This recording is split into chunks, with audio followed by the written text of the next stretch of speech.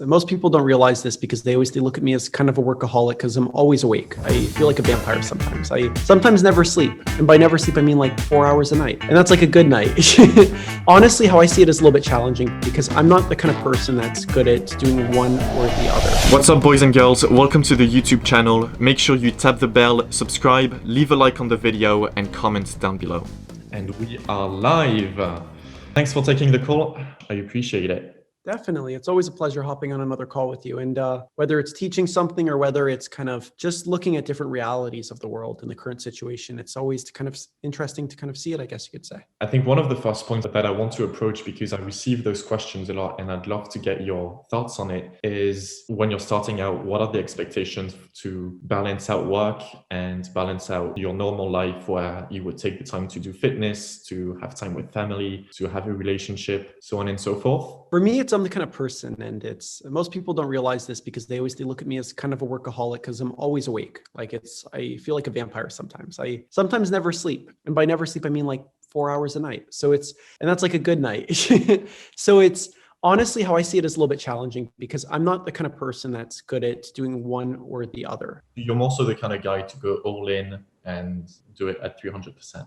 The trap that I fell into is that I'm absolutely not able to disconnect. That's one thing, but also I feel guilt when I'm unproductive or when I procrastinate or, when I'm not doing as much as I want to do, if that makes sense. Is that something you relate to, or is that something you have gone through yourself? I mean, to be honest, I always feel guilt. If I'm not working, there's nonstop guilt. To be very upfront with you. It's the kind of person I am. It's how I kind of do things in its entirety. To be very upfront with you. When I'm sitting down with important people and trying to work on new projects, and I'm like, hey, we'll sit down, we'll have a meeting for like 3 hours. And I'll be like, okay, well, today I only worked 3 hours or 4 hours because the rest of the day I was sitting down having a dinner with someone. Yet most people would consider that work. I don't. I consider work dealing with problems. So I gauge a day basically off how many problems I fixed. Do you feel like sometimes it has damaged your mental health? I come to days where I'm not able to unplug when I want to unplug and spend time with my girlfriend or family, etc.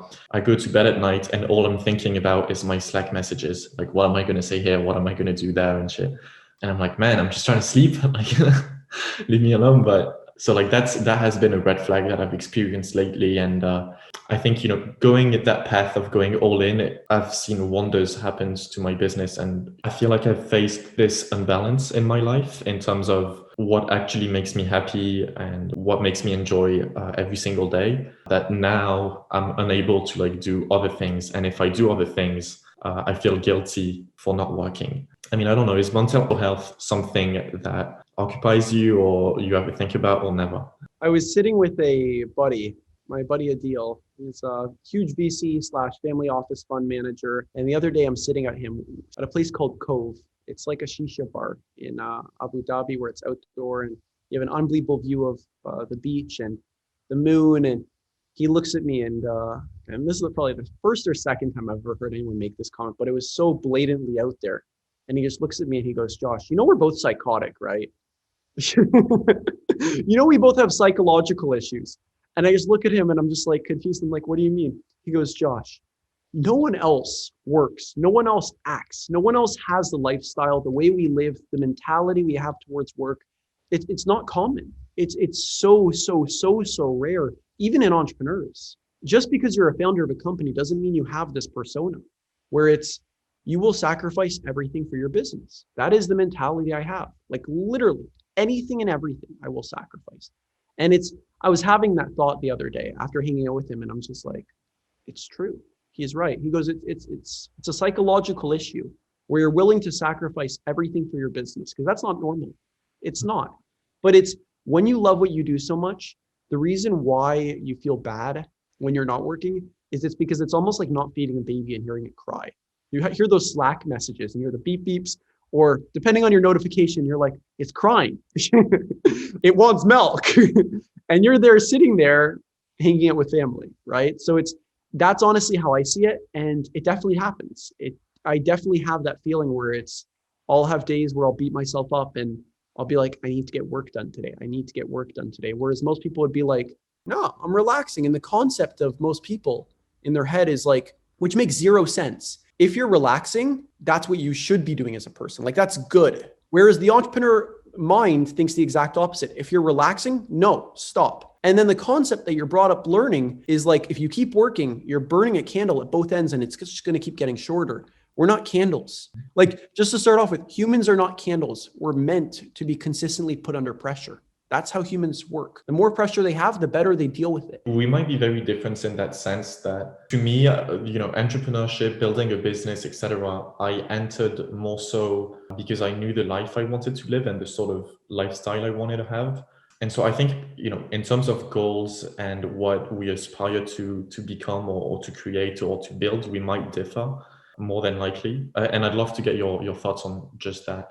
But yeah, to me, like, I think some of the happiest days of my life were, I had some of them at work when, I feel like we made progress and revenue and all of that. But some of the moments where I feel the best is also when I just close my eyes, look around me and be grateful for everything that I have and just finding inner peace in that sense. Because like for me, I knew that I wanted to make like 1K a day and things along those lines. And now that I'm there, I kind of liked like what's next. Money doesn't make me happy and like I have more than I need. At first it was really like pushing me forward, like I need to make that cash, right? And now that I have it, and again, everything is relative, because for you that's nothing, but what's like purely driving you and making you wake up every day, and what are your goals short term as well as long term? Same kind of thing with me. I set small goals. I was like, how cool it'd be to make like $3,000 or $10,000 a week. Like that was my first kind of goal that I set for myself. I'm like, I want to make 10 grand a week. You only set the goal of 10 grand. That's not even like money loses. And I'm super grateful that I've been even able to experience this. But when you're a kid and you go to a store and something's like $20, you're like, that's a lot of money, right? Even in my shoes, even when you come from a relatively well-off family, you're like $20. But better yet, when you're like, I want the new Xbox and it's like $700. And then just the other day, I went to the shooting range and blew $1,000 personally. I'm just like, remember that Xbox day when I wanted a $700 Xbox and had to wait till Christmas for it? And I just basically bought 1.5 Xboxes this weekend for fun in gunpowder form. That lasted me a whole of 20 minutes at the ski range. So it's life changes, right? And it's the whole concept is you have to keep setting new goals. And with that all being said, it's like I set the goal recently of being like, listen, the startup scene in the UAE, specifically Abu Dhabi, sucks blatantly, right? It's terrible. There was a story I actually heard, and this is a very, very funny story. One of my friends went to a VC and asked for an investment into his company, like a $250,000 investment into his company, nothing crazy.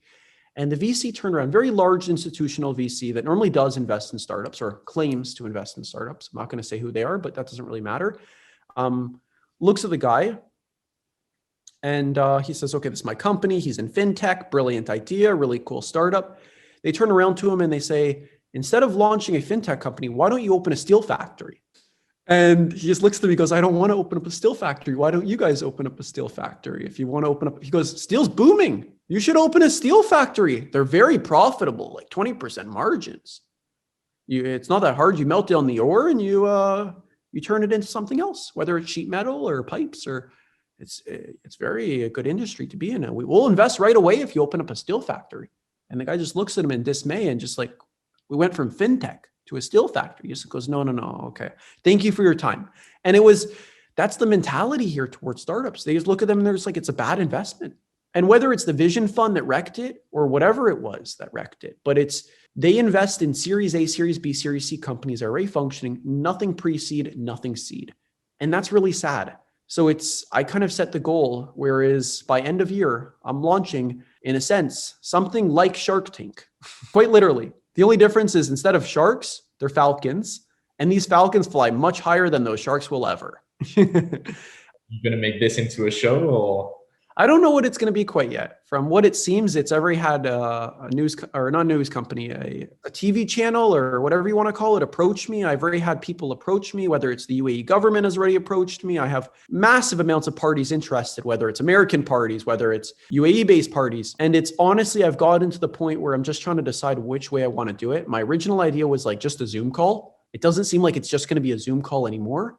People are like, oh, we can do it here and it'll be very grand and we'll invite a film crew and makeup artists. I'm like, what are we? Is it Halloween yet? I didn't know it's Halloween. Honestly, for me, the challenge is I want to launch something where we change the startup scene in the UAE, specifically Abu Dhabi, because it's so business savvy and there's so much capital resources here available that they're just not being used or utilized effectively. And I think the reason why is because there's not enough, I guess, knowledge around startups here, and people are scared to launch them, and people even don't know how to launch them. And it's not even that. I'm sure you've probably experienced this, Timote, where you sit at dinner and you talk with one of your friends. You're like, that's a cool idea. That'd be really, really cool if someone launched that idea. Here, they just think, okay, someone else will launch it. Yeah. But why not put in the minds of them the concept of why don't I launch it? In North America, that's the mentality. You go to North America or the US and all your dreams come true. You make it, right? You made it to the US, you've made it officially. With Silicon Valley dying in the current state that it is, where everyone's moving to Texas at this point, if you've realized this trend, where Silicon Valley, everyone's like, why would I have a car that has more square footage than my entire apartment, being their Tesla? It doesn't make sense anymore to live in Silicon Valley. I mean, do you feel like there is a lot of innovators I think this is quite stereotypical, but I think the rest of the world views the UAE as you make money, then you go to the UAE, right? Do you find that there is a lot of innovation within the country itself? So what I would say is, and you are right in a sense, people come here once they've made it. If you're living in the UAE, it's probably a big deal to be upfront with you. So you can't live in the UAE in a nice way. I'm going to say this in the nicest way possible on a very small salary. And you can, if you're working for certain departments or certain companies, or you can be a nanny and make a reasonable salary or whatever and live that kind of lifestyle. And it's very possible here. You can live a lifestyle in this region where you could be spending $20 US in one whole day, or you can live the lifestyle where you're spending, or there's three different lifestyles where you're spending a few $1,000s a week, or you can live the lifestyle where you're spending hundreds of thousands a week. That's the benefit here, and it's comfortable, and it doesn't seem excessive, a screwed up sense, regardless how much you're spending, right? You could be spending very little, and you're like, okay, this is cool. And I've done that. I've done those kind of days where it's just like, I'll go out for a $5 lunch. And most people would look at me, they're like, you spent $5 on lunch today? I'm like, yeah, I had a feast. Just where you eat, right? It's very different from $1,000 a week, right? You can go for dinners here, and they can be $2,000 dinners. You can go for other dinners and they could be $5, right? It just depends on your taste and what you're in the mood for and how much you're willing to spend, right? Like in any country. But relatively starting here, I think the UAE is the best place to start. From an economical perspective, definitely. From a mentality-based perspective, people don't think that way. But from an economical perspective, being that you can live on a very little amount or a very large amount, it's almost like living in Thailand, right? The only difference is you have like Thailand met California. Yeah, you're going to be tempted to spend more money. That's the issue. And you can very easily. But if you're conscious and if you're smart about it, you can get away with gas prices are cheaper. Food is cheaper here. Living expenses is cheaper here than most first world countries. You can get a condo here for like a nice condo, 2-bedroom for like $1,000 a month US, relatively. 2-bedroom, not like gorgeous where you're like, wow, I have a sea view, but a downtown condo for like $1,000 to $800 a month. If you want a sea view, you're talking like $1,500 to $2,500. Like a nice 2 to 3 bedroom sea view, which is very, very, very reasonable. Living here is very realistic. Unlike most other countries in the US, it's just, what kind of life do you want to live here? If you want to see the glitz and glamour, you can see the glitz and glamour and go through your whole wallet in a week. It just depends. Honestly, it depends. So this vision of yours about the show and enlightening people and, raising capital, etc. in the UAE, do you see yourself being the bridge between startups and investors, or are you the one investing yourself? It's going to be a combination of both. So my family office will also be writing checks. I'm going to be the kind of person that is the facilitator, being that bond, which I think is the most critical element. It's as much as I'd love to be sitting on the board of writing those checks itself, it wouldn't be as powerful as if I'm actually the individual that's scouting, making the final consensus and bringing these people on and helping them out too, right? Like giving them advice before they pitch, giving them the background, having a briefing call with them. Like if I'm that investor, I can't do that kind of stuff. Mm-hmm. I'm more analyzing the deal itself and then I'm biased if I'm the investor, because then everyone's going to be like, if Josh writes a check, I'm writing the check, right? So it's not really fair as well. But I will have my family office that is kind of like that third party sitting on it as well, where they will be. So it's indirectly, yes, I am, I guess you could say. I think every entrepreneur has like, okay, I have my main business, but I see how this fits in and this would be really cool and we want to make it happen. But from having the idea to actually making it happen, which is what you do with your main business, there is a world, right? Massive amounts of stuff that goes in between. Massive. Talk to me about the steps from idea to something more concrete. If you're creating it as a build off of an existing company, entirely changes, right? Because you're not starting from ground level where you're like, okay, we need to be profitable day one. You don't have to find an investor to write the check because your other company's bankrolling it, right? And on top of that, at this point, it's assumed, especially with this kind of company that I'd be creating, that I have connections that will be helping out with it already. So from a support-based perspective, everything is ready is there. We've got our main service or product fixed, scalable, we can run it. Kind of thinking of how do we branch out and how do we differentiate ourselves. My end, I mean, what we want to do with my company is we want to start building ebooks for literally every step of the way about how to do social media. Every little thing, like how to build your brand guideline, how to do TikTok videos, how to be entertaining, have an ebook for all of them that will internally help our team members make sure that we do things right. It was funny that your first thought about creating this show is, where am I going to place the business? Most startups, that's like the last of their worry sort of thing. Like they just worry about the cash and then potentially how am I going to do my taxes? But do you think that's the main difference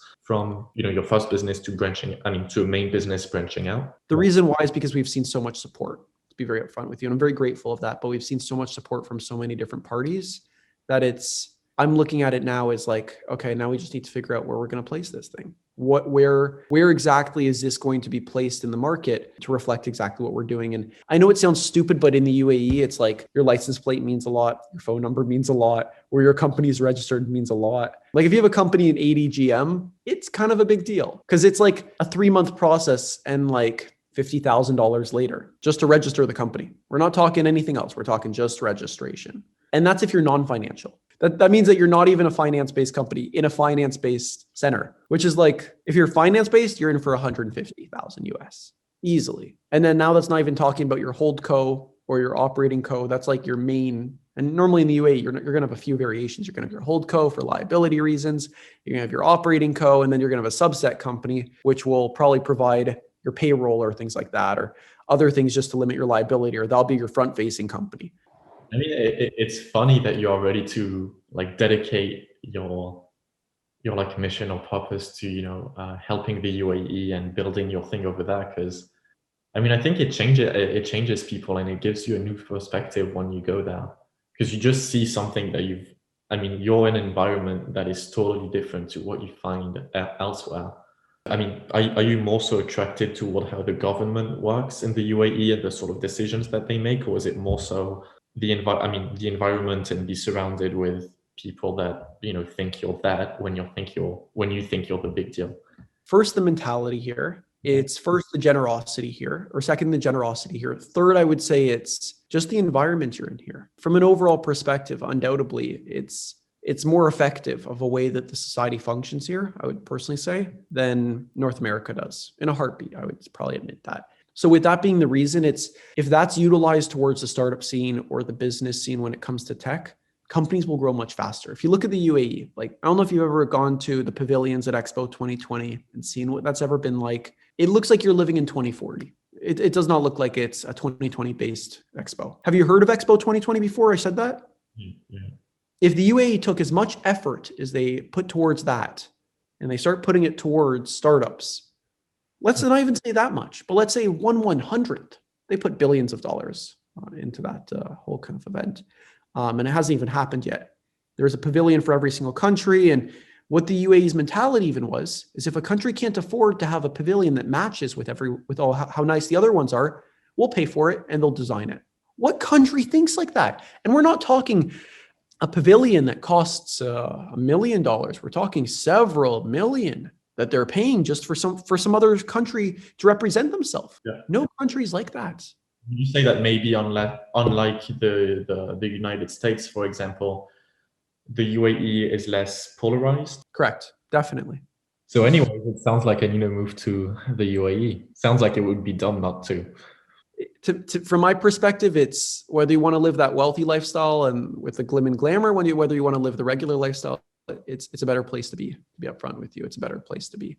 Like the biggest benefit, I would say, number one, out of all of Dubai or the UAE, Everywhere is basically about 4 hours away.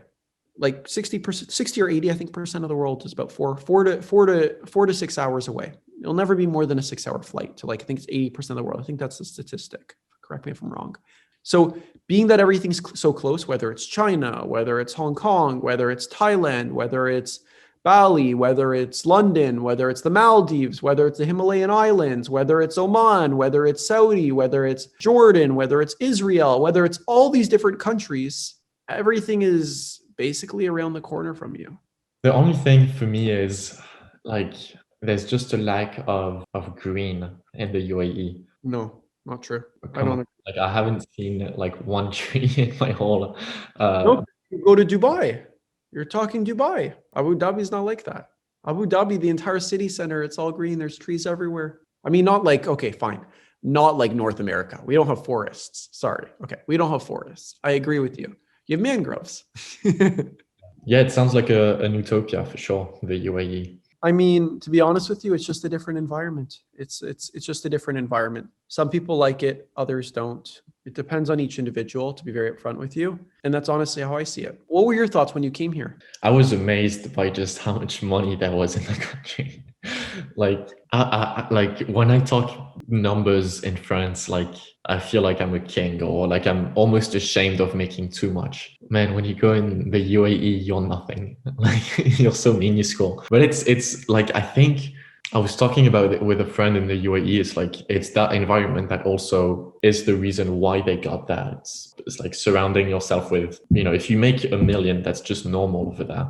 Like you could almost just go to the UAE, make your money because you're surrounded with the right people, come back and you'll be like you just 10x'd. So I almost have, I thought for a while that my apartment here costs me like, I could use that money, get a nice place in Dubai as well, grind for a year or two, come back, and I made it like 10x bigger than where I am right now. To be upfront with you, it's a different mentality they have here overall, and it's a different way things function, and the rules are just different. And it's, if you're cool with things being strict in certain regards, but in the way that you want to live, like you can live life to its fullest here and you won't get in trouble. You'll have a lot of fun. It's just no drugs, follow the small amount of laws they have here, right? Mm-hmm. That's really it. Like the very, very small list of laws they have here. As long as you follow those, you're good. You'll have no issues. Never. Just if you speed, you probably won't even get that much in trouble. You'll just pay a fine. Another fun fact when I was there is the guy that I was my main friend in Dubai, he was telling me 1 liter of gas is cheaper than 1 liter of just drinkable water. And I thought that was hilarious. And I'm like, what a world. Like imagine paying $2 for your water and $1 for your gas. In Dubai though, Abu Dhabi, I was at a place today and it was 13 cents for a bottle of water, US. You know, one cool thing they do in Germany is, well, they do this for beers, but you keep the bottles, bring them back to the company or whatever, and then give you like 15% back or something. Yeah, they do that in Canada too. There's people that'll like go buy your garbage can and try to pick up bottles. No one actually does it. They just have like the recycling companies, I'm sure, do it. But it's here. One thing I will say though here is people don't recycle here. It's garbage. That's what they have here. That's the mentality. I mean, unless I'm missing something, but I haven't seen any recycling here. People first probably come here, and I guarantee this happens. People like, no one explains the whole speed camera situation to them. They come here and they're like, wow, there's no cops anywhere. I'm a speed. And then when they return their rental car, it's like $5,000 in rental ticket or in speeding tickets. And they're like, whoa, it's a big issue, right? I'm sure of it. It's genius, but at the same time, it's less intrusive, I think, a lot less intrusive, right? Yes, there's cameras, but everything's monitored in a good or bad way. I take it as good. So if your car gets broken into, which never happens, they will find who did it for sure. I mean, do you think that the goal of most people when they go to the UAE is to build their routes or their routes, in the UAE, or are they just here to, you know, flip 3 years of their life and, you know, have an amazing time and then come back to where they actually belong? It depends on where you live. If you live in Dubai, you can't live in Vegas forever, right? At some point, you're going to get sick of the alcohol, the strippers, and the gambling. It's the reality. That's how life is. If you live in Abu Dhabi, people stay. Right? That's the mentality of Abu Dhabi. There's a difference in mentality of Abu Dhabi and Dubai. Dubai is like that party place where you go and you're like, it was a lot of fun and you'll never forget it. Whereas Abu Dhabi is like, you can live here. Like we have the mangroves, we have things to do. There's places you can go for like gorgeous restaurants, or there's really cool supermarkets. Or like today I went to a supermarket, and in Toronto it'd be impossible to find this. Bomb Wagyu. You will not find really, really good Wagyu in Toronto. Wagyu or Kobe. It's very like, I'm not talking at a restaurant. I'm talking where you go to like a specific supermarket and you buy fresh imported Wagyu. And I know this sounds so posh. It is very, very, very hard to find in most countries. And it's very expensive, like very, very expensive. I have so many stories of like friends that were randomly at a bar or on the beach in the UAE, and they randomly were like next to Conor McGregor, like on the beach. Oh yeah, that's actually already happened. I was actually at the same bar in Dubai as Conor McGregor.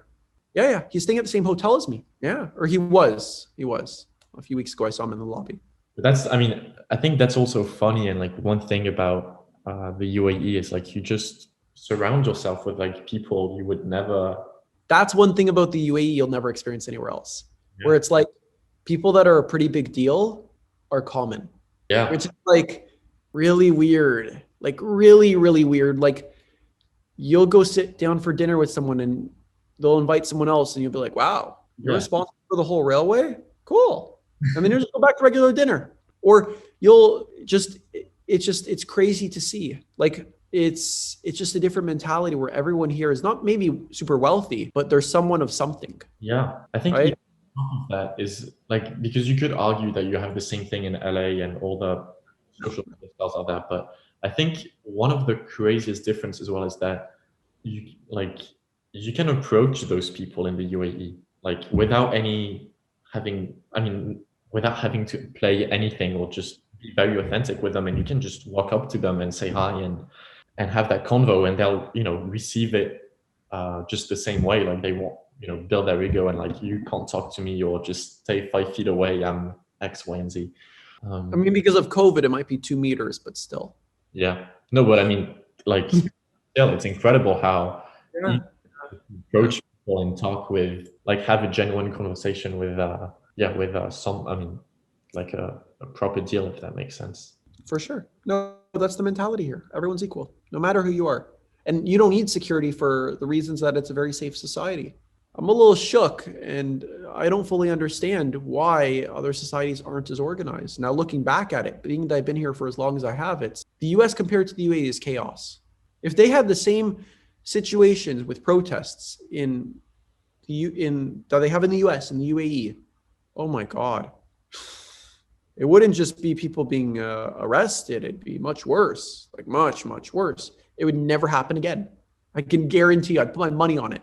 Never. For at least for the next 100 years, it would never happen as long as the same kind of governmental system works. Because they know it's not about suppression.